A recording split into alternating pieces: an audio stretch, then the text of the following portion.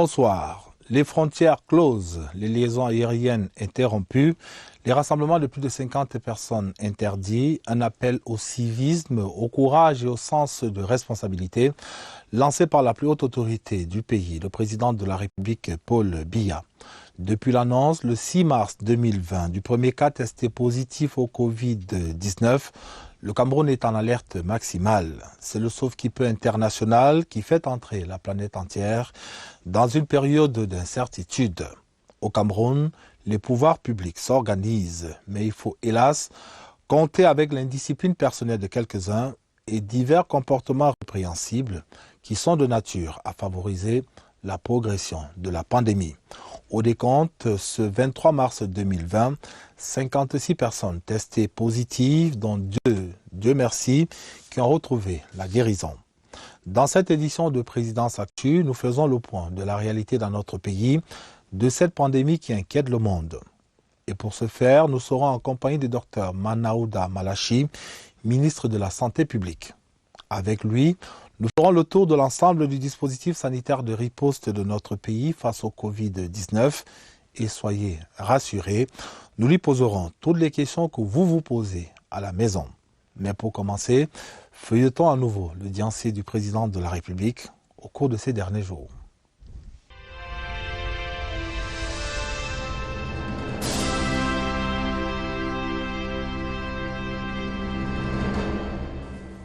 Il y a tout juste 24 heures, les États-Unis d'Amérique, à travers leur représentation diplomatique au Cameroun, réaffirmaient leur total soutien à notre système de veille sanitaire. L'entrée en activité dans notre pays du Centre américain de contrôle et de prévention des maladies et du Centre des opérations d'urgence de santé publique mis en place avec le soutien de Washington en sont d'ailleurs de parfaites illustrations. Ces deux structures jouent d'ailleurs un rôle de premier plan dans le dispositif de riposte contre le coronavirus. Rien d'étonnant alors que les questions de santé aient occupé l'essentiel de la soixantaine de minutes d'audience que le président de la République, Paul Biya, a accordé cette mi-journée du mercredi 11 mars 2020 au Palais de l'Unité à son Excellence Henry Peter Ballerin, ambassadeur des États-Unis au Cameroun. J'étais content, j'ai dit au Monsieur le Président, de voir notre centre d'opérationnel d'urgence de la santé publique construit par le gouvernement des États-Unis, mis en exercice pour lutter contre le virus. Au-dessus des centaines de millions de dollars d'assistance que nous fournissons pour le bien-être et la bonne santé du peuple camerounais. Nous avons, à travers notre Centers for Disease Control, CDC, fourni 120 000 dollars pour ponctuellement lutter contre le coronavirus. L'audience de ce 11 mars 2020 au Palais de l'Unité a par ailleurs offert l'opportunité aux diplomates américains d'exprimer le satisfecit du gouvernement de Washington eu égard aux récentes mesures prises par le chef de l'État au profit des malades atteints de VIH-Sida. J'ai aussi encore une fois félicité le président pour la décision audacieuse d'éliminer les coûts liés au dépistage et d'autres services contre le VIH-Sida. Et en réponse à cela, nous avons triplé notre budget de la lutte contre le VIH-Sida et nous sommes confiants avec beaucoup de travail que nous pouvons combler le VIH-Sida au Cameroun d'ici fin 2021. En marge de ces questions liées à la santé, les derniers développements de la situation sécuritaire, principalement dans les régions du nord-ouest et du sud-ouest, ont eux aussi été évoqués au cours de cette rencontre entre le président Biya et l'ambassadeur Ballerin.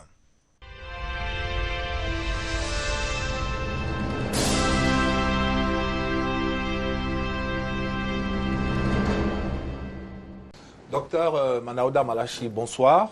Oui, bonsoir. Vous êtes sans doute l'un des membres du gouvernement les plus sollicités ces derniers temps. C'est l'actualité qui le commande. Et c'est tout naturellement que nous venons vers vous dans le cadre du magazine Présidence Actu pour solliciter de vous des réponses aux questions que nos téléspectateurs que le grand public se pose en rapport avec la pandémie du Covid-19. Peut-être que pour commencer, on va prendre les dernières nouvelles. Quels sont les derniers chiffres à votre disposition, Monsieur le Ministre, au soir du 23 mars 2020? Alors, au jour d'aujourd'hui, parce que ce matin, nous avons eu quelques résultats également, notamment deux résultats où il y a un qui est positif. Hier, nous avons prélevé 26 échantillons et sur les 26, nous avons eu 14 qui étaient positifs. Donc 9 à Douala, 1 à Bafoussam et 5 à Yaoundé. Ça fait qu'en ce moment, nous avons au total 54 cas positifs. Plus les deux de ce matin, ça fait donc un total de 56. Mais si nous retirons les deux qui sont guéris et qui sont déjà chez eux, nous sommes à 54 cas aujourd'hui dans nos formations sanitaires. Voilà un peu la situation. Monsieur le ministre, le 5 mars 2020, nous étions à 0 cas. Au 23 mars 2020, nous sommes à 54 cas testés positifs. Est-ce qu'il n'y a pas lieu de s'inquiéter de cette tendance haussière, vertigineuse? Est-ce que le Cameroun pourra véritablement faire face à terme à cette pandémie du Covid-19? Je pense que c'est même le dispositif que nous avons mis en place bien avant, n'est-ce pas, le développement qu'il y a eu du côté de la Chine et le dispositif que nous avons mis en place après la découverte du premier cas qui a fait en sorte qu'on ait un peu freiné la progression. Vous savez qu'avec 14 jours d'incubation, les contacts de ces premiers cas, si on ne les avait pas suivis, on ne les avait pas sortis de leur milieu, je crois qu'on devrait en avoir plus. Bon, maintenant, ceci n'explique pas cela, parce qu'en réalité, nous avons effectivement 54 cas aujourd'hui, 56. C'est quand même assez pour s'en inquiéter, pour se préoccuper. Donc, je pense qu'il y a lieu certainement de reprendre conscience, de reprendre effectivement la gravité de la situation, surtout en ce qui concerne nos compatriotes, pour que les mesures que nous avons édictées, les mesures de distanciation sociale, que ce soit les mesures d'hygiène usuelles que nous avons édictées, soient effectivement, n'est-ce pas, respectées, si nous ne voulons pas que ça continue à monter. Alors, on va parler des attitudes à avoir de la part des compatriotes, des Camerounais, mais déjà à votre niveau, on est curieux de savoir qu'est-ce que cette épidémie, cette pandémie a changé dans votre quotidien. Quel est votre quotidien aujourd'hui? Ah oui, comparé à il y a un mois. Rien n'est plus comme avant. Aujourd'hui, j'allais dire, je ne m'appartiens plus parce que j'appartiens aux équipes qui sont en train de travailler sur le terrain. Comment est organisée votre journée? Bon, ma journée, peut-être que je n'ai même pas une journée de 24 heures maintenant, j'en ai peut-être pour 28 heures. Alors, lorsque je viens, je me réveille, déjà je dors tard parce que je dois suivre tout ce qui se fait. Je dois être en contact avec le laboratoire et ce matin, c'est à 2 heures qu'on m'a communiqué les résultats. Et donc, j'ai dormi autour de 2h30, 3h. Je me suis réveillé à 6h parce qu'il fallait maintenant préparer la journée, comme vous le savez très bien. Nous avons toute une équipe qui travaille là-bas au niveau du COUSP, du Centre des opérations des urgences de santé publique. Et donc, pour leur réunion de 8 heures, il fallait déjà qu'on soit en relation, qu'on essaie de discuter un peu et que les équipes puissent être déployées sur le terrain.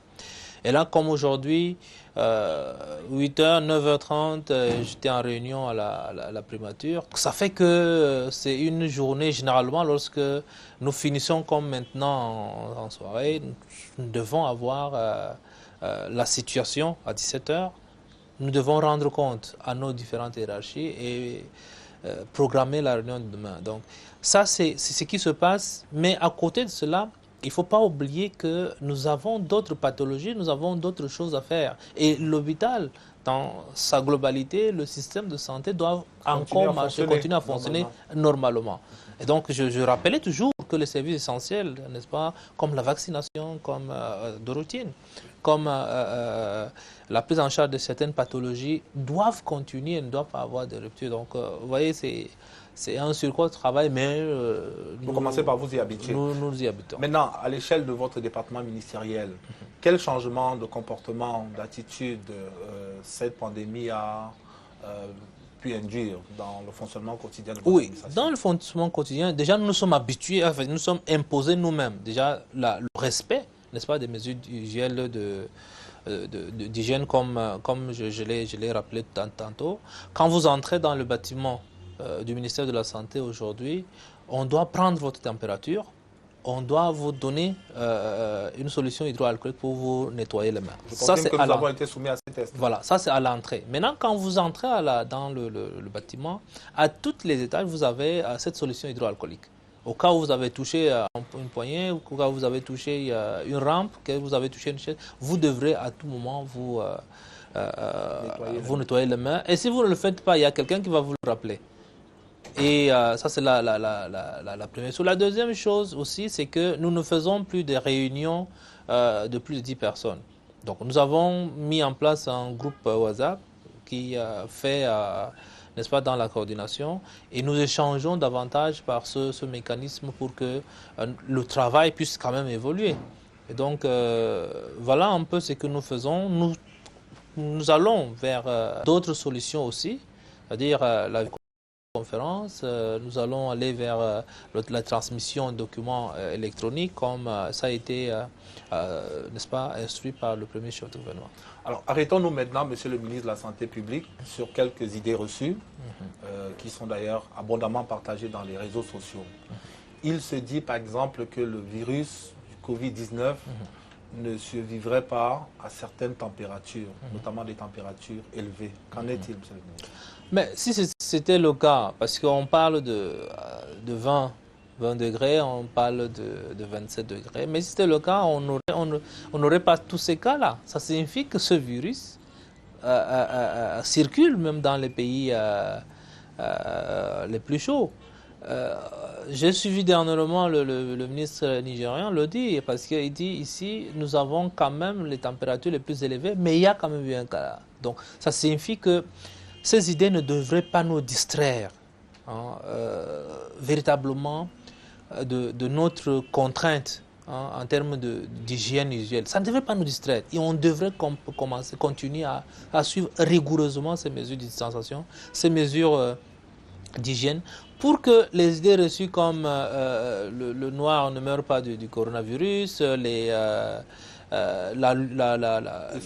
chaleur tue le... Non, vraiment, écoutons les scientifiques sur cette question, parce que c'est les scientifiques qui ont la vérité. Et les scientifiques vous disent que c'est un virus qui vit en nous et que nous pouvons attraper. Le noir peut en mourir. La preuve, c'est qu'en Afrique, même noir, nous avons des morts. Mais les naturopathes sont loin de capituler. Ils prétendent que le coronavirus peut être efficacement combattu par des solutions à base d'ail, de miel, etc. Oui, ça c'est un vieux débat. On va faire, que ce soit les praticiens, que ce soit les naturopathes, que ce soit d'autres personnes qui estiment avoir j'allais dire une onction divine pour pouvoir sauver les Camerounais. Ça, c'est un autre débat. Et nous ne devons pas nous inscrire dans ce débat parce que le débat du virus, notamment du coronavirus, doit être circonscrit autour des scientifiques. Autour des scientifiques. La solution viendra de là. Maintenant, si par inadvertance ou alors par expérience, quelqu'un dit « j'ai fait telle chose », il va falloir qu'il se soumette au protocole scientifique qui nous prouve à la fin que c'est effectivement cela. Et puis, vous savez très bien que nous avons eu ce débat avec des scientifiques sur la chloroquine. On peut avoir soigné quelqu'un avec la chloroquine une ou deux fois, mais ça ne voudrait pas dire que c'est la chloroquine qui soigne.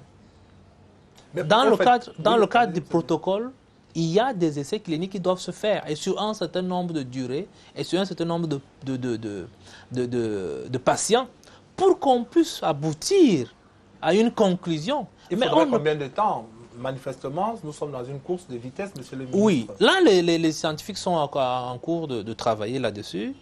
Les délais qui ont été avancés par les premiers, c'est qu'il ne faudrait pas attendre un vaccin ni un traitement avant 12 mois ou 18 mois. Mais je pense que la chose que nous avons avec le Covid-19, c'est que les recherches vont plus vite. Et donc, par exemple, à titre personnel, j'ai espoir qu'on puisse trouver quelque chose avant les 12 mois. Mais entre-temps, Monsieur le ministre, la chloroquine a disparu de nos officines, des pharmacies. Pourquoi? Comment? Mais c'est le danger, en fait. C'était le danger qu'il fallait craindre. Parce que une fois qu'on est, n'est-ce pas, dit, comme j'entends sur certaines chaînes, que non, la chloroquine soigne, vous avez deux dangers. Le premier danger, c'est que les gens oublient qu'en prenant la chloroquine à titre de prévention, vous avez des effets secondaires qui peuvent apparaître parce que vous administrez vous-même. Deuxième chose, c'est que nous allons rentrer dans une spirale d'automédication qui va désorganiser nos services de santé. Parce qu'on ne saura plus qui ne l'a pas et les gens ne viendront plus vers nous. Les gens... Peut-être même nous fera à ce moment-là et ça va devenir un problème. Donc, je pense qu'il y a un danger à pouvoir dire, tant que cela n'est pas encore scientifiquement prouvé, à pouvoir dire que la chloroquine soigne.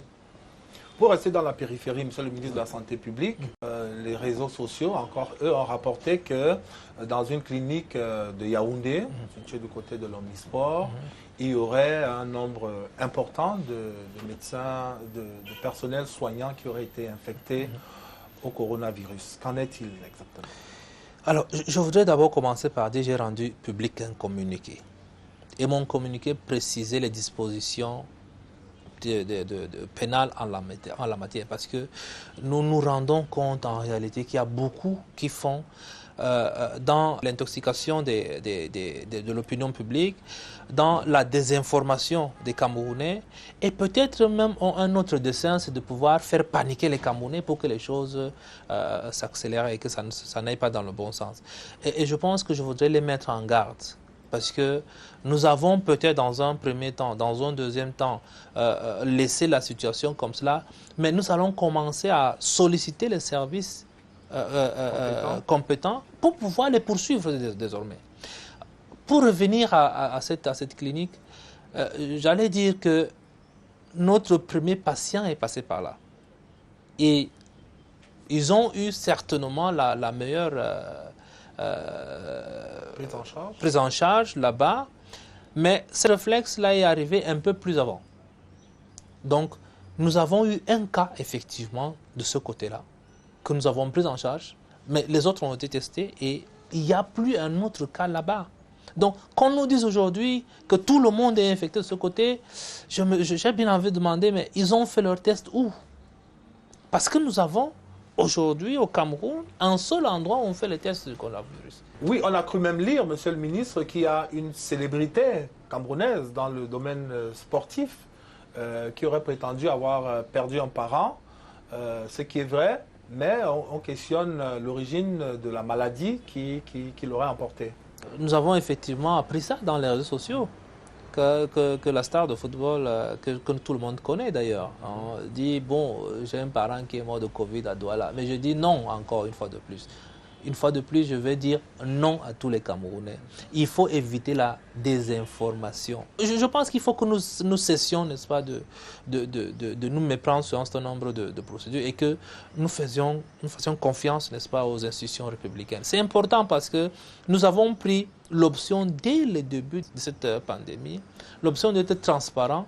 Nous pensons que nous avons été le plus transparent possible et nous continuerons à être transparents sur la question de cette pandémie parce que les Camerounais en ont grand besoin. Alors, Monsieur le ministre, pour finir sur cet aspect-là, vous avez annoncé que 2 patients ont été guéris du Covid-19. Oui. Ils ont été guéris de quoi?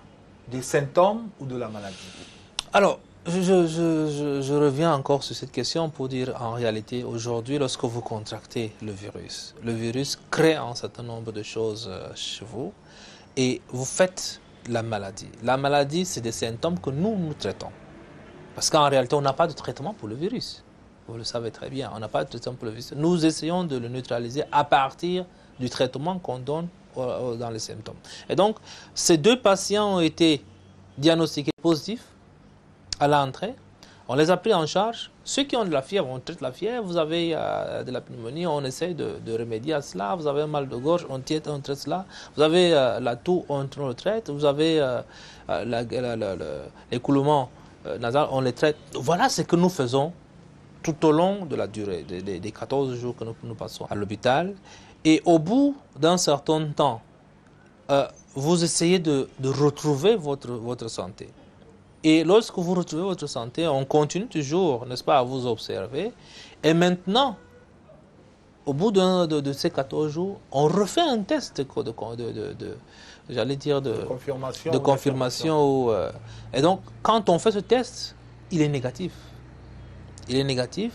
Maintenant, ce que nous faisons, c'est qu'avec les infectiologues, parce qu'il n'est pas dit tout de suite que c'est bon.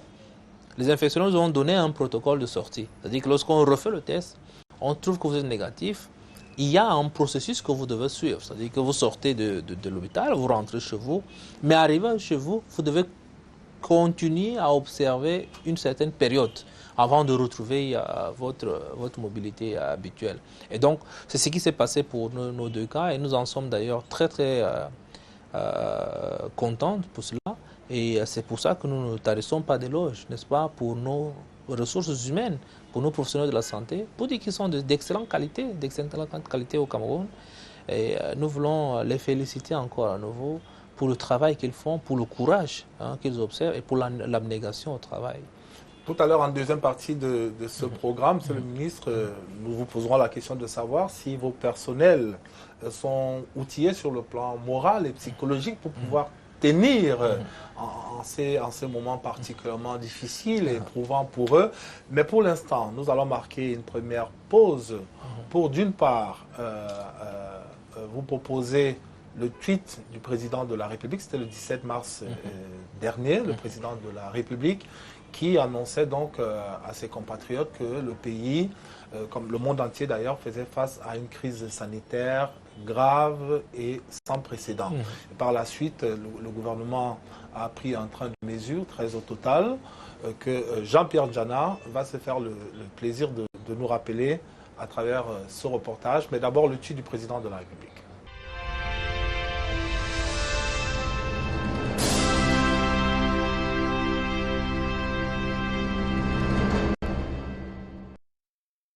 Comme toujours, à chaque fois que notre pays a eu à faire face à de grandes interpellations, tous les regards étaient tournés vers le président de la République depuis le déclenchement de ce qui au départ était considéré comme une épidémie avant de devenir aujourd'hui une pandémie, la pandémie du Covid-19. Fidèle à son habitude, le président Biya a entrepris d'abord de prendre la mesure de la situation dans toute son exhaustivité avant de décider de s'adresser à ses compatriotes. Et c'est à 14 h précises, ce 17 mars 2020, que le président de la République va délivrer son message aux Camerounais, concomitamment sur ses comptes officiels, Twitter et Facebook. Le recours à ce mode de communication de plus en plus usité vise, à n'en point douter, à porter le plus loin possible le propos présidentiel par ces temps où le numérique a fini par battre de vitesse les moyens de communication classiques. Aux Camerounais, Paul Biya tient le langage de la vérité. Le monde entier fait face à une crise sanitaire grave et sans précédent. C'est une situation nouvelle, une situation inédite qui, prévient le chef de l'État, ne sera pas sans conséquences pour notre pays et pour chacun d'entre nous, pris individuellement. Cette crise sanitaire, indique le chef de l'État, va impacter nos comportements quotidiens et notre économie. À ses concitoyens pris dans le vertige du flot incessant de nouvelles, pas toujours réjouissantes sur l'évolution de la pandémie, le président Biya les invite à ne pas céder à la panique. Je vous invite à respecter scrupuleusement les prescriptions du gouvernement et de l'OMS. À l'évidence, ce code de bonne conduite constitue le principal rempart, l'antidote le plus efficace à l'heure actuelle pour éviter la progression du fameux virus. À cette bataille pour la survie collective dans laquelle le gouvernement camerounais est d'ores et déjà résolument engagé, le chef de l'État camerounais sollicite le concours de tous, car pour lui, c'est ensemble que nous allons barrer la voie à la propagation du virus. Une bataille sans merci qui pourrait être remportée commande, insiste le président Biya, le civisme, le courage et le sens de responsabilité de tous. En rapport avec cette pandémie, l'on se souvient par ailleurs qu'au premier jour de la crise, le président Biya avait ordonné le déblocage de 50 millions de francs CFA au profit de la communauté estudiantine camerounaise basée à Wuhan, l'épicentre de la crise.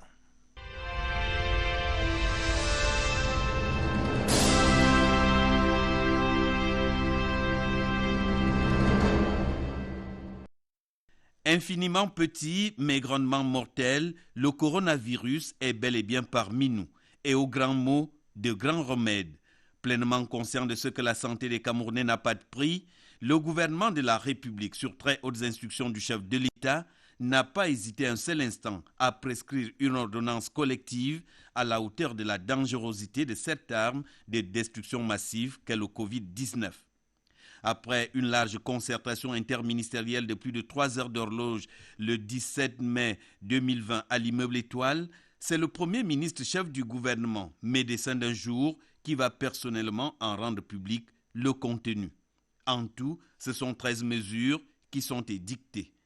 À compter du mercredi 18 mars 2020 et jusqu'à nouvel ordre, les frontières terrestres, aériennes et maritimes du Cameroun seront fermées.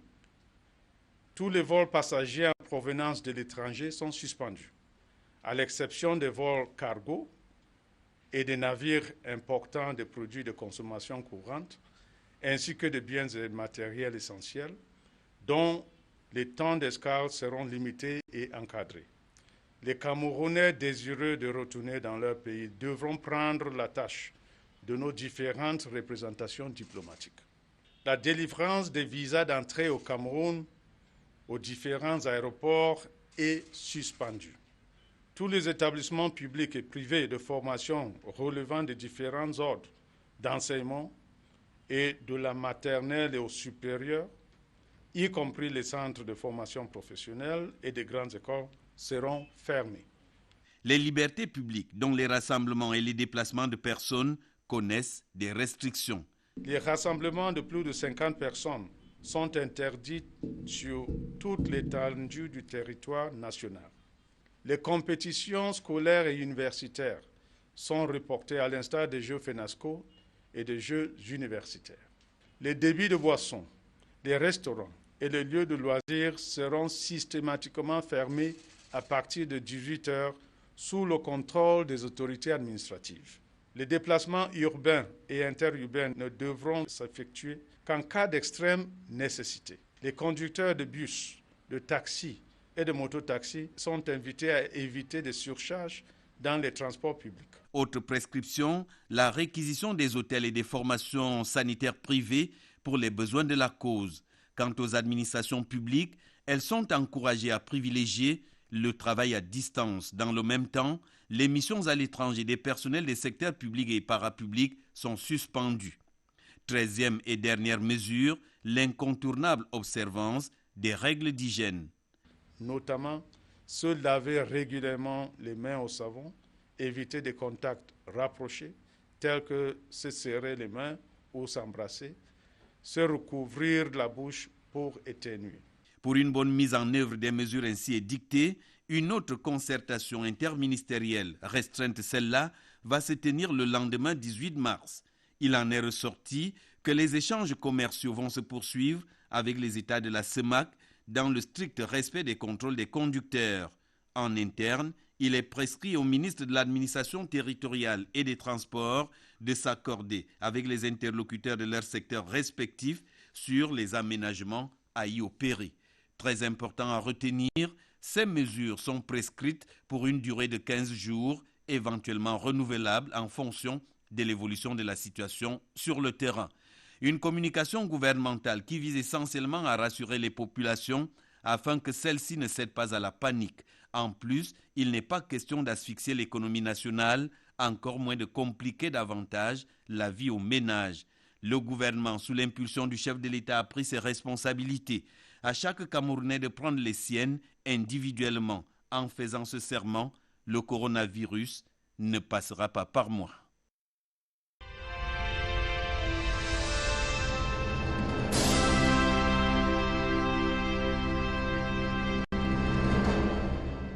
Monsieur le ministre, vous avez lu ce tweet du président de la République sur ses comptes officiels Facebook et Twitter. Comment vous avez réagi à ce propos présidentiel en rapport avec cette crise sanitaire? Alors, quand moi j'ai lu ce tweet, j'ai été très ravi. Très ravi parce que nous avons toujours rappelé aux Camerounais que Monsieur le Président de la République, son Excellence Paul Biya, est très soucieux de tout ce qui touche aux Camerounais. Il est très soucieux davantage de la santé du peuple camerounais. Et donc, ce tweet est venu reconfirmer, s'ils en avaient encore besoin, parce qu'en réalité, j'étais toujours en train de leur dire qu'il ne s'agit pas du ministre de la Santé publique qui le fait, il ne s'agit pas simplement du gouvernement, mais c'est de leur chef qui est soucieux de la sécurité sanitaire de ses compatriotes. Mais je retiens 2 ou 3 choses pour moi qui me permettent, n'est-ce pas, de mieux travailler. D'abord, la gravité de la situation. Il a rappelé la gravité de la situation à travers le monde, y compris au Cameroun. Parce que nos compatriotes aujourd'hui ont l'impression que c'est une histoire qui ne les concerne pas. Oui, les marchés sont toujours aussi bondés. Les taxis sont toujours en surcharge, les motos sont toujours en surcharge. Nous faisons comme si ça ne nous concerne pas. Mais j'ai bien envie de leur dire, mais ça concerne donc qui?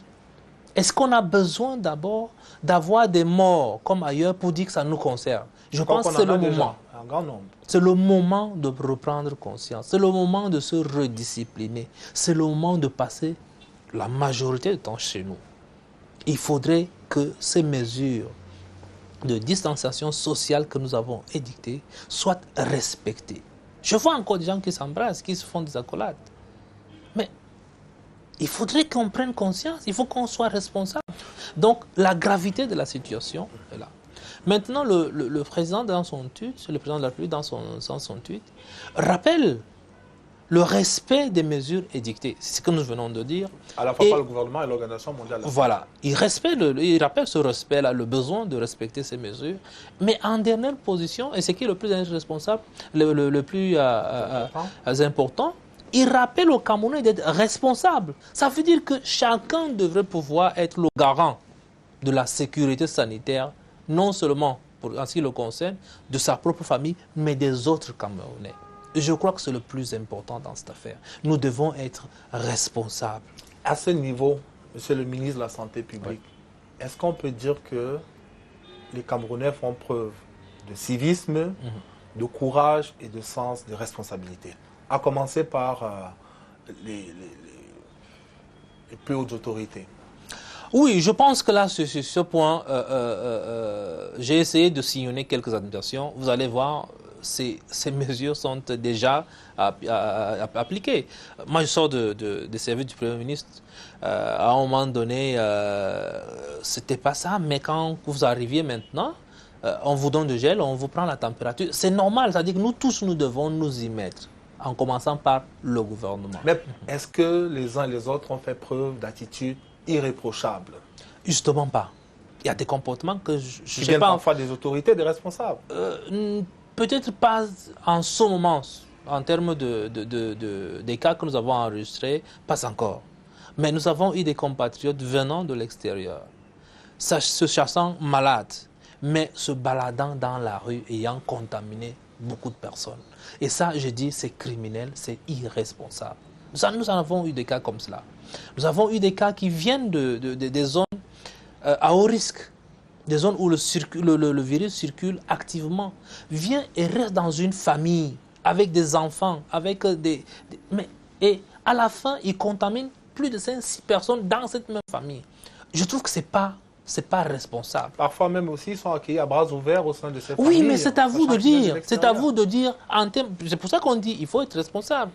Parce que j'ai envie de vous dire que lorsque je rentre le soir, ayant pris toutes les précautions, toutes les mesures de distanciation et tout, j'ai envie quand ma petite fille vient me voir, j'ai envie de lui dire non, pas encore. Et je fais tout pour ne pas la toucher d'une manière ou d'une autre. Parce qu'il faut d'abord que j'aille me laver, j'aille me nettoyer, j'aille déposer mes habits.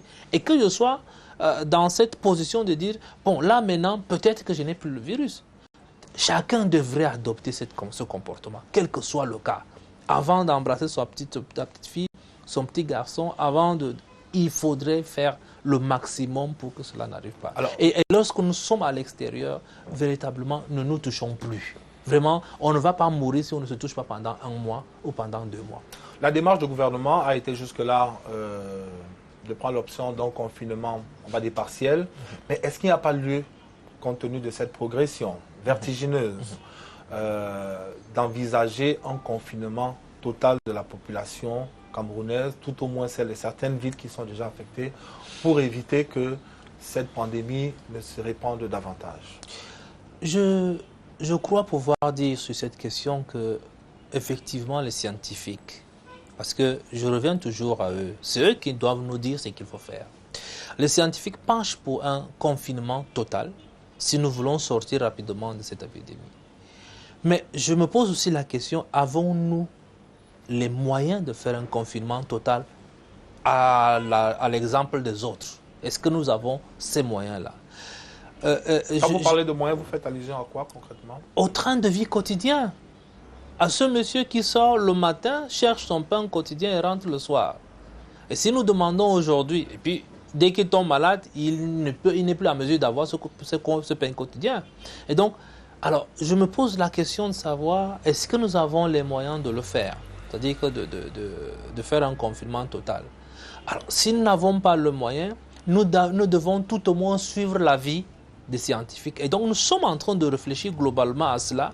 Comment concilier les deux? Comment faire en sorte qu'au même moment, nous essayons de limiter les flux des personnes, les échanges entre les personnes, entre les villes, et au même moment, nous garantissons quand même aux Camerounais son pain quotidien. Parce que il va vous dire, je risque de ne pas mourir de corona, mais je peux mourir de famine. Donc, il faudrait que nous essayions de regarder, de manière globalement, de regarder ce qu'il y a lieu de faire en ce qui concerne le Cameroun. Monsieur le ministre, il y a la situation de certains compatriotes. On sait que les frontières ont été fermées, même si par la suite, il y a des mesures d'assouplissement qui ont été prises.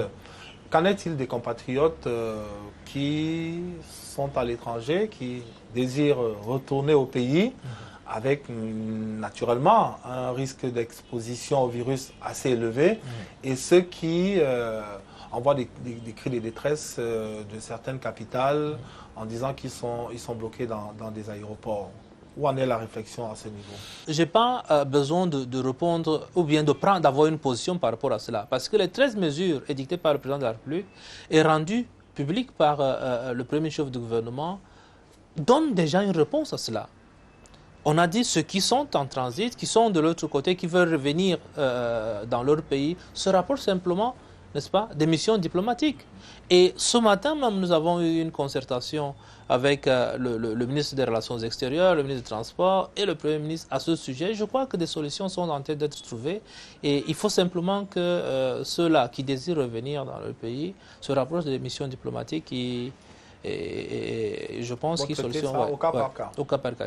Maintenant, pour ceux qui vont revenir, nous serons toujours obligés de les confiner pendant les 14 jours. Il faut que ça soit clair, parce que des moments où ils arrivent, ce sont eux qui refusent d'être confinés parce que bon, c'est pas leur niveau d'hôtel, c'est pas si. On n'est pas dans une situation d'aisance, on est dans une situation de crise, une situation d'urgence. J'allais dire comme l'autre, on est dans une situation de guerre sanitaire. Et donc, nous devons nous accommoder à ces mesures-là. Nous avons vu ailleurs, d'ailleurs, qu'on a confiné les gens dans des gymnases, dans des internats, dans des espaces comme cela ouverts.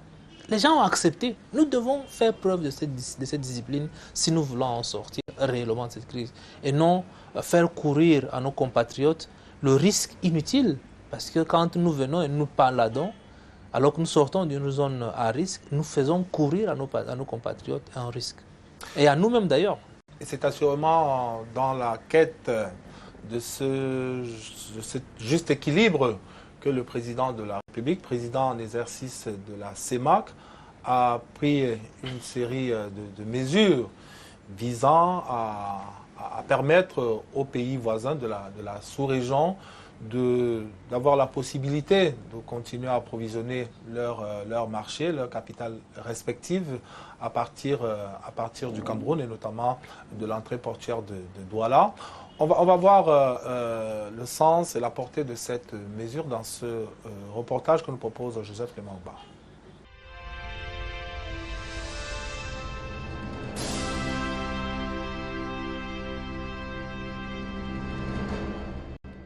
La pandémie du coronavirus, impitoyable grande faucheuse, n'épargne guère la sous-région d'Afrique centrale. Dans la plupart des pays de la zone, des mesures endogènes ont été prises pour juguler la propagation du Covid-19. À l'échelle sous-régionale, la panoplie de mesures s'emploie à s'accommoder de certaines réalités inhérentes à la communauté économique et monétaire de l'Afrique centrale, CEMAC. Prenant la juste mesure de l'ampleur de la menace, le président Paul Biya, dans sa posture de président en exercice de la CEMAC, s'attelle ainsi à placer le curseur des précautions usuelles au bon endroit pour éviter une certaine asphyxie des pays de la sous-région dont il est le leader. Cette crise sanitaire, avait rappelé le président Biya, va impacter nos comportements quotidiens et nos économies. Face à cette crise sanitaire sans précédent, le président Biya recommande la solidarité, une attitude qui requiert une mobilisation communautaire dans le sens de redoubler d'efforts pour que s'ouvrent pour les États de la CEMAC les voies de la stabilité et du progrès économique dans la perspective de se forger un avenir radieux et prospère. Dans son dernier message, à l'occasion de la 11e édition de la journée de la communauté économique et monétaire de l'Afrique centrale CEMAC, avec pour thème central améliorer les infrastructures physiques pour promouvoir les échanges entre les peuples de la CEMAC, Paul Biya, dont le discours est lu par le président du Conseil économique et social, Ayan Luc, rappelle l'urgence, la dynamique de l'intégration communautaire. Si l'on peut se réjouir de la mise en œuvre progressive de la libre circulation des personnes et des biens, il est clair que celle-ci ne saurait être réalisée sans infrastructures en nombre suffisant et de qualité. Je pense notamment à la construction des infrastructures de transport, d'électricité et de télécommunications. Pour éviter de plomber les échanges intracommunautaires, le président Paul Biya ordonne des mesures complémentaires à celles déjà édictées pour son pays. Recommandations rendues publiques par des instructions répercutées le 19 mars 2020 par le Premier ministre et chef du gouvernement, Joseph Dione Ngouté. Ce dernier précise ainsi que pendant l'application des mesures de restriction prises dans le cadre de la lutte contre la propagation de la pandémie du coronavirus au Cameroun, les échanges commerciaux avec l'étranger vont se poursuivre avec l'ensemble des États de la CEMAC, Centrafrique, Congo, Gabon, Guinée équatoriale, Tchad, sans préjudice du contrôle sanitaire des conducteurs. La mesure s'avère éminemment salutaire pour la survie économique de la communauté économique et monétaire de l'Afrique centrale CEMAC. Dans la perspective de la mise en œuvre de la zone de libre-échange économique continentale africaine, les infrastructures constituent le moteur de l'intégration sous-régionale. La densification de notre tissu infrastructurel constituera, j'en suis persuadé, un levier efficace pour la diversification de nos économies. Le développement des filières de croissance qui conditionnent l'accès à l'émergence de dites économies en est tributaire. Locomotive naturelle de la sous-région d'Afrique centrale, le Cameroun y occupe une position stratégique qui en fait un carrefour incontournable. Le Cameroun sert ainsi de façade maritime à la République du Tchad et à la République centrafricaine. Ces deux pays font transiter 80% de leurs importations et exportations par le Cameroun via les ports de Douala et de Kribi. En outre, le Cameroun demeure le grenier agricole de la CEMAC, dont il est la mamelle nourricière. Le Gabon, la Guinée équatoriale et dans une certaine mesure, le Tchad s'y approvisionne en denrées alimentaires et autres produits de première nécessité, vitaux pour la santé économique de la sous-région. Leader naturel de la CEMAC, dont il est le poumon économique et démographique, le Cameroun assume ainsi son rôle à travers le leadership du président Paul Biya, résolvant ainsi la difficile équation entre mesures pour éviter la propagation du coronavirus et survie économique d'une sous-région dont les économies se relèvent d'une crise économique qui a frappé certains d'entre eux ces dernières années. Une lourde responsabilité dans un double front économique et sanitaire qu'il faut tenir.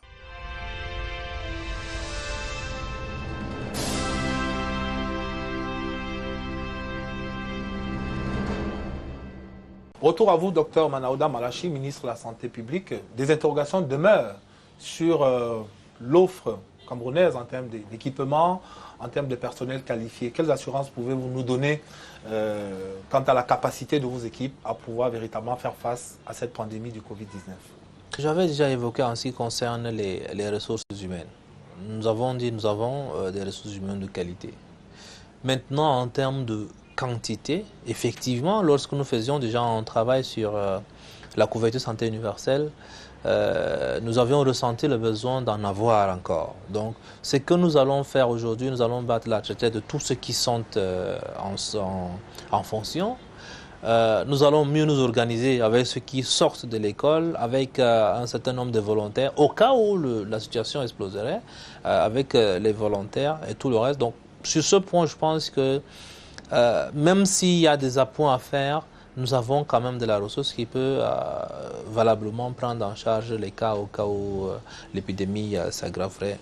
Maintenant, du point de vue de notre système de santé, il est robuste, mais on ne pourrait pas dire qu'il peut tout de suite, n'est-ce pas, faire face à un plus de patients. C'est-à-dire si nous avons aujourd'hui des nombres exponentiels de malades, comme on a vu ailleurs, il va falloir certainement trouver d'autres moyens pour les prendre en charge. C'est-à-dire créer des espaces.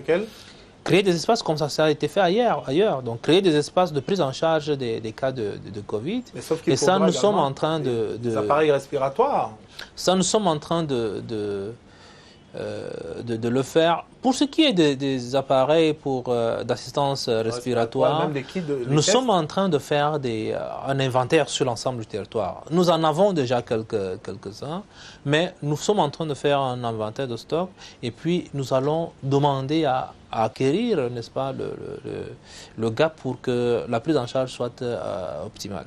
Maintenant, il y a évidemment, il y aura d'autres choses qui vont manquer tout de suite, mais nous allons monter en puissance. On ne peut pas, du jour au lendemain, dire que nous serons à mesure d'accueillir 10 000 malades, par exemple, tout de suite. Mais aujourd'hui, on peut accueillir jusqu'à combien de malades convenablement? Le point que nous avons aujourd'hui fait à travers le territoire, nous avons demandé que nous ayons sur l'ensemble du territoire environ au moins 1000 à 1500 places. Et ça, nous sommes en train de les créer. Ces 1000 à 500 places, on peut le faire. Donc, entre 1000 et 1500 personnes qui peuvent être convenablement prises en charge. C'est ce que nous sommes en train de créer en termes d'espace en ce moment. Donc maintenant, il va falloir, si jamais la pandémie s'aggrave, il va falloir en créer encore d'autres. Donc je pense que nous sommes en train de travailler, les équipes sont en cours. Et je pense que nous allons nous sommes préparés et nous allons faire face à cette épidémie. Même si la volonté seule ne suffit pas, l'Organisation mondiale de la santé a annoncé le pire pour les pays africains si les comportements ne changent pas. Quels sont les mécanismes de collaboration avec l'Organisation mondiale de la santé et les autres bienfaiteurs, d'autres partenaires étrangers? Est-ce que vous recevez ou alors on peut espérer des appuis pour permettre à notre pays de faire face à cette pandémie, Monsieur le ministre? Il faut dire sur ce plan que nous avons une étroite collaboration avec ces partenaires techniques, notamment avec l'OMS. Le représentant résident de l'OMS au Cameroun, j'allais dire, est devenu presque un personnel du ministère de la Santé parce que nous faisons régulièrement des réunions ici.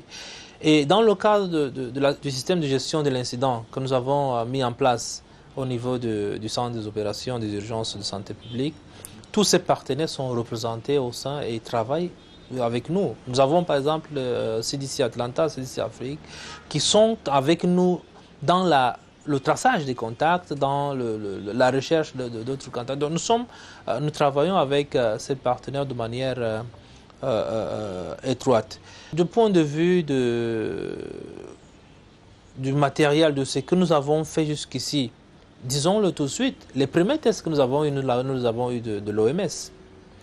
Les tests que nous sommes en train d'attendre aujourd'hui, notamment 2000 tests, et Africa CDC nous en a promis d'ailleurs un peu plus encore, nous les attendons de nos partenaires. CDC Atlanta nous en avait donné, le CDC Africa nous en a donné. Aujourd'hui, nous sommes tournés vers un certain nombre de partenaires, de pays amis qui sont en train de se mobiliser pour nous donner des tests. Donc, je pense que dans ce cadre-là, la coopération, elle est bonne, elle est efficace parce que nous essayons ensemble de partager les expériences, de partager les informations. Il y a des couloirs qui sont prévus pour acheminer le matériel malgré la fermeture des frontières. Oui, il y a des couloirs qui sont prévus. Le MIREX et le ministère du Transport sont sur le dossier. Donc, dès qu'on a un matériel à faire venir, il y a des vols spéciaux des demandes de vols spéciaux qui sont faites et puis c'est autorisé. Aujourd'hui, d'ailleurs, on nous a annoncé un stock de matériel offert par certains bienfaiteurs qui se trouvent à Nairobi et qui devraient pouvoir, n'est-ce pas, être dispatchés. Notamment le milliardaire chinois, j'imagine. Voilà, allemand. Donc, je pense qu'ils sont en train de se préparer pour le dispatcher de ce matériel. Et une fois que nous aurons la confirmation, ce vol viendra en vol cargo. Et à l'échelle interne, vos personnels sont moralement, psychologiquement prêts à faire face à cette pandémie? Nous le faisons régulièrement. C'est-à-dire nous causons régulièrement avec eux, nous les consultons régulièrement et nous faisons des petites formations pour les capacités davantage. Et ce que je vois, parce que lorsque je passe, comme ce matin, j'étais passé au cours pour regarder la réunion de briefing, ce que je vois, c'est qu'ils sont déterminés avec moi. Ils sont déterminés avec moi.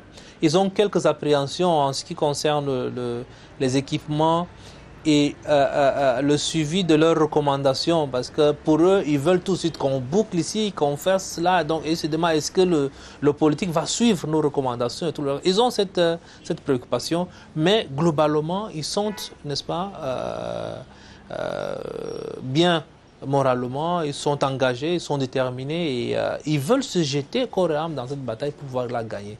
Parce que pour nous, il faut que c'est comme un défi. Nous devons gagner cette bataille sans qu'on ait à arriver à un stade où ce qu'on voit ailleurs. Là, on est heureux de l'entendre, Monsieur le ministre, parce que dans l'environnement actuel, c'est plus la sinistrose qui est répandue. Est-ce qu'il y a quand même un espoir de quelques bonnes nouvelles? Vous avez annoncé la guérison de quelques malades. Il faudrait quand même aussi peut-être indiquer qu'à ce jour, aucun Camerounais n'est décédé des suites du Covid-19. Oui, nous avons tout un système qui travaille. Il faut peut-être que nous le déclinons aux Camerounais. Nous avons convoqué des cliniciens.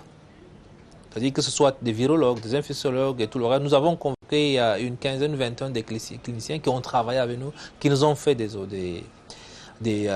suggestions, des recommandations. Nous avons convoqué l'ensemble des ordres nationaux.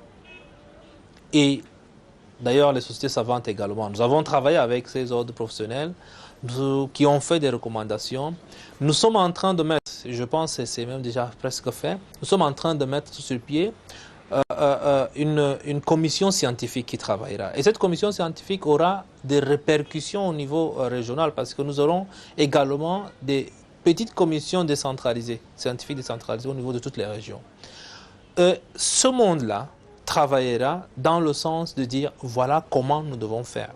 Et nous, notre travail sera de superviser et de mettre ensemble pour pouvoir donner, n'est-ce pas, à tous les acteurs des instructions précises pour que la mise en musique de cela se fasse assez régulièrement.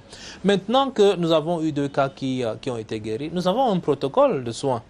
Et ce protocole de soins est en train d'être affiné et distribué un peu partout pour que lorsque une formation sanitaire dédiée reçoit un malade, comment est-ce qu'on fait, qu'est-ce qu'on fait après cela et comment on fait pour que le malade, si jamais il y a une complication, le malade doit se comporter, le personnel, la soignant doit se comporter. Donc nous avons tout cela qui est mis en place. Je pense que on peut en attendre quand même des résultats. Merci, Monsieur le ministre de la Santé publique, Dr Manaouda Malachi, d'avoir accepté d'échanger en toute ouverture avec nous dans le cadre du magazine Présidence Actu. Nous nous séparons sur une bonne nouvelle et on va garder le sourire en évoquant les 5 années du projet MIGEC 35 qui a donc été mis en œuvre par l'Institut africain d'informatique pour accompagner donc la jeunesse camerounaise et les femmes à la promotion du numérique dans notre pays. Et par les temps qui courent, par ces temps de confinement, l'expérience de l'IAI, l'expérience que propose l'IAI Cameroun, peut être enrichissante à plus d'un. Merci, M. le ministre. En tout cas, c'est moi qui vous remercie, mais je voudrais que pour vos téléspectateurs, vous essayez d'insister sur le respect des mesures usuelles d'hygiène, sur les mesures de distanciation sociale, sur les 13 mesures édictées par le gouvernement. C'est la voie de salut, il n'y a pas autre chose. Il n'y a pas autre chose. Dès que nous aurons respecté cela, chaque personne barrera la route à ce virus. Et vous verrez que plus facilement, le personnel de la santé fera son travail et nous allons nous débarrasser de ce virus au Cameroun. Je vous remercie. Merci, M. le ministre.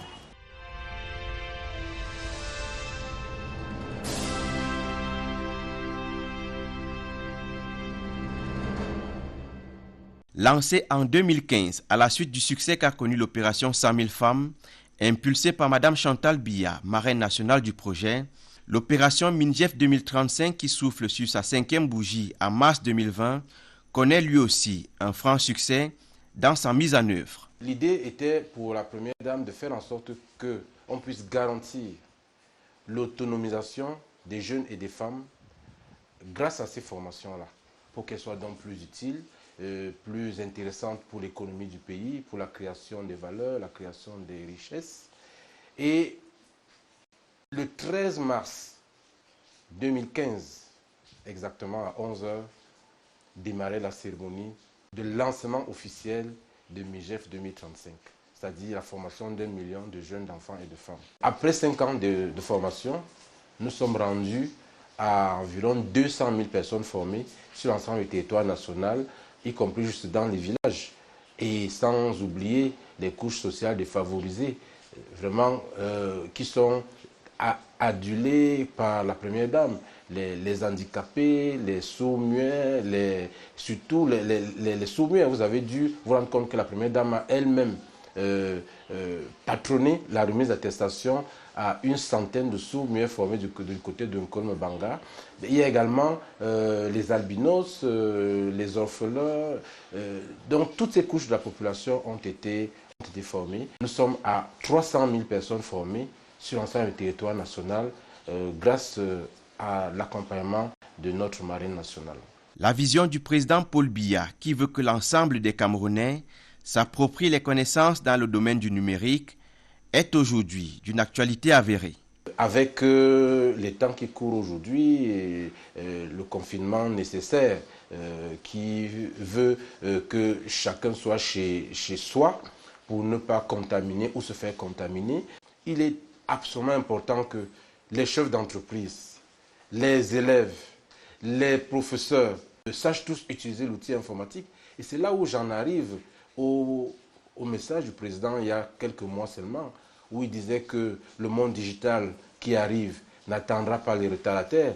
Et nous, on a relancé beaucoup de chefs d'entreprise, beaucoup de chefs de départements ministériels, en leur faisant des propositions de formation de leur personnel. Ceux qui ont réagi aujourd'hui sont très heureux. Je pense au ministère de la fonction publique et la réforme administrative, qui vient de former 600 personnels du ministère de la fonction publique, qui sont donc aujourd'hui prêts pour cette phase de confinement, parce qu'ils peuvent travailler à distance, parce qu'ils en ont la capacité intellectuelle. Le ministère des Finances également et le ministère de l'Économie ont eu également à former leur personnel. Donc, j'en appelle à toutes les populations, à toutes les entreprises, les chefs d'entreprise notamment, de former leur personnel, de se former eux-mêmes. Et c'est ce qui montre aussi que le président Paul Biya a été un visionnaire, parce que depuis le début du millénaire, il a dit il avait dit « Internet est une chance pour l'Afrique ». L'expertise camerounaise dans le numérique se traduit une fois de plus autour d'un projet innovant. Le Forum des universités et grandes écoles professionnelles d'Afrique centrale, en abrégé FUGEPAC. C'est une application qui va peut-être révolutionner l'apprentissage, l'adéquation emploi-formation, parce que vous aurez aussi des entreprises qui vont adhérer à ce projet. Il faut d'ailleurs dire que toutes les écoles et universités présentes dans le projet devront être des écoles reconnues par les ministères de l'enseignement supérieur de chaque pays. L'opérationnalisation de la plateforme numérique FUGEPAC fait intervenir la création de quelques applications. Dans ce domaine aussi, l'expertise des jeunes ingénieurs camerounais est avérée. L'idée, c'est le FUGEPAC. Le FUGEPAC se voulant être son projet qui va permettre en fait l'intégration sous-régionale, n'est-ce pas, des étudiants qui sont au centre en fait du projet. Le FUGEPAC donc sera une application web et plus tard mobile qui permettra justement de mutualiser en fait les offres de formation des pays de l'Afrique centrale, de la sous-région Afrique centrale. Il faut noter également que ces offres de formation, cette possibilité ne sera pas seulement au niveau des pays de l'Afrique centrale, mais va s'étendre avec les autres pays et même les pays occidentaux. Donc il faudra mettre l'étudiant au centre pour permettre à ce qu'il puisse facilement trouver des offres de formation dans les autres pays. Un étudiant camerounais qui voudrait aller faire ses études au Congo. Alors pour l'instant, ceci est un peu difficile, ceci est un peu fastidieux. Alors il faudrait donner la possibilité, simplifier cette tâche à l'étudiant de trouver en fait une offre de formation dans un autre pays, comme ce qui était au sein de son pays même. Donc cela permettra en fait de promouvoir la mobilité de l'étudiant. Ce qu'on entend par mobilité ici, c'est permettre à cet étudiant, n'est-ce pas, de pouvoir se retrouver facilement au sein de notre pays comme ce n'était dans son pays. La plateforme également mettra au centre les entreprises. Les entreprises en fait qui auront une trace sur les étudiants en fonction des besoins. Les enseignants-chercheurs qui voudront poursuivre les études d'une manière ou d'une autre. Par cette plateforme-là, il y aura un module de e-learning qui permettra de faire cette étude en fait à distance pour les étudiants qui n'ont pas assez de moyens, n'est-ce pas, de se déplacer au sein de notre pays. L'interconnexion des pays d'Afrique centrale par voie routière, évoquée par le président Paul Biya, président en exercice de la CEMAC, est davantage confortée dans le numérique par la mise en œuvre d'un forum des universités et grandes écoles professionnelles d'Afrique centrale, en abrégé FUGEPAC. L'interconnexion par voie routière est importante parce qu'elle permet la circulation des populations de la sous-région sans avoir besoin forcément de passer par voie maritime ou par voie aérienne. Mais maintenant, il y a aussi une autre forme d'interconnexion, c'est par voie numérique. Et c'est cette interconnexion que nous voulons consacrer avec cette plateforme numérique FUGEPAC qui va permettre de résoudre beaucoup de problèmes, de faire en sorte que si vous êtes équato-guinéen ou peut-être tchadien, que vous ayez accès aux offres camerounaises ou congolaises et vice-versa. L'interconnexion des pays de la CEMAC par voie routière est appuyée par l'interconnexion de ces mêmes pays par voie numérique. Tout ceci pour un plus grand brassage des populations et la création des richesses.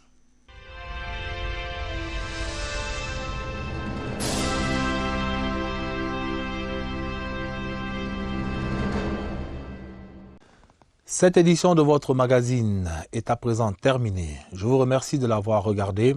Retrouvons-nous dans 2 semaines. Bon